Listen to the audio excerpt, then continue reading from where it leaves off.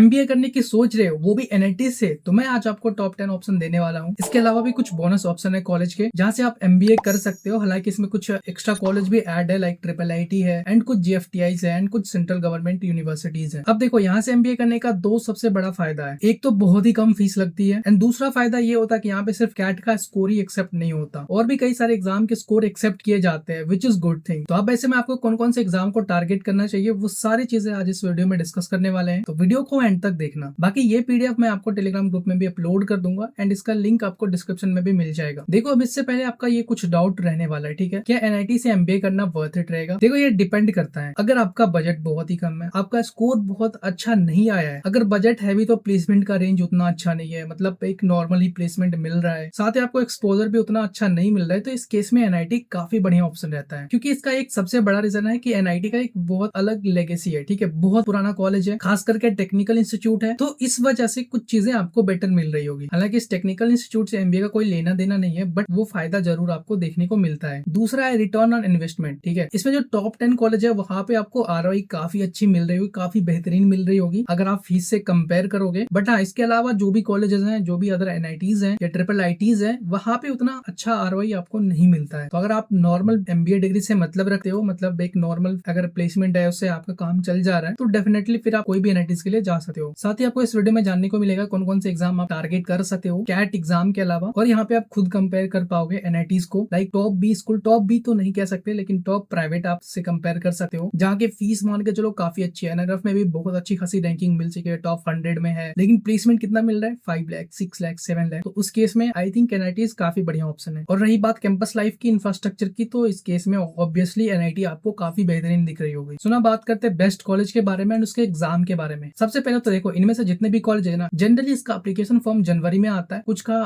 फरवरी में भी आता है, मार्च में भी आता है, अप्रैल में भी आता है, कुछ का जून में भी आता है। तो डिपेंड करता है कॉलेज टू कॉलेज, वो आपको जाके हर कॉलेज की वेबसाइट पे चेकआउट करना पड़ेगा। एंड जनरली अगस्त तक रहता है, अगस्त तक सारे कॉलेज का नहीं रहता, कुछ का मार्च तक ही मिलेगा, जून तक ही मिलेगा, जुलाई तक ही मिलेगा, अप्रैल तक ही मिलेगा, तो डिपेंड करता है। साथ ही इसमें जो फीस मेंशन्ड है वो टोटल 2 साल का फीस मेंशन्ड है एंड मोस्टली कॉलेज का हॉस्टल एंड मेस फीस भी इंक्लूड है। एंड जो ये रेटिंग इस वीडियो में मैंने दिया है एनआईटीज को, ये इस साल के स्टैट्स पे डिपेंड करता है, ठीक है। हो सकता है फ्यूचर में और भी अच्छा प्लेसमेंट स्टैट्स दिख जाए, तो डिपेंड करता है। तो इस लिस्ट का सबसे पहला कॉलेज है एनआईटी त्रिची, जहाँ पे सिर्फ कैट का स्कोर एक्सेप्ट किया जाता है। फीस 2.8 लाख के समथिंग आपको देखने को मिलेगा, ज्यादा 3 लाख के अप्रॉक्स मान सकते हो। मीडियन सीटीसी काफी अच्छी खासी देखने को मिल जाती है, 8.7 एलपीए। एनआईआरएफ में भी एक अच्छी रैंकिंग मिल चुकी है, एनआईआरएफ मैनेजमेंट में। नेक्स्ट है एनआईटी जयपुर, जहाँ पे कैट के अलावा CMAT, MAT, GMAT and Z score accept किया जाता है। फीस 3.2 लाख के समथिंग आपको देखने को मिलेगा, टोटल 2 साल का, एंड मीडियन सीटीसी 9.24 एलपीए के अराउंड रहती है। थर्ड नंबर पे है एनआईटी कैलकट, यहाँ पे सिर्फ कैट का स्कोर ही एक्सेप्ट किया जाता है। फीस 2.4 लाख के समथिंग आपको देखने को मिलेगा, मीडियन सीटीसी 8 एलपीए के आसपास है। फोर्थ नंबर पे हमारा कॉलेज है ट्रिपल आईटीएम ग्वालियर, ठीक है, इसमें एनआईटी नहीं है। इसका मेन रीजन है प्लेसमेंट। हालांकि यहाँ पे सिर्फ कैट स्कोर ही एक्सेप्ट किया जाता है। इनमें से जितने भी कॉलेज है साथ में आपको जेडी एंड इंटरव्यू वगैरह देखने को जरूर मिलेगा। यहाँ की फीस थोड़ा सा हाई है, 6 लाख के आसपास है। मीडियन सीटीसी 8.25 एलपीए के अराउंड है, ठीक है। एंड यहाँ पे आपको integrated MBA, BTech plus MBA देखने को मिलेगा, ठीक है, जिसमें आपका जेई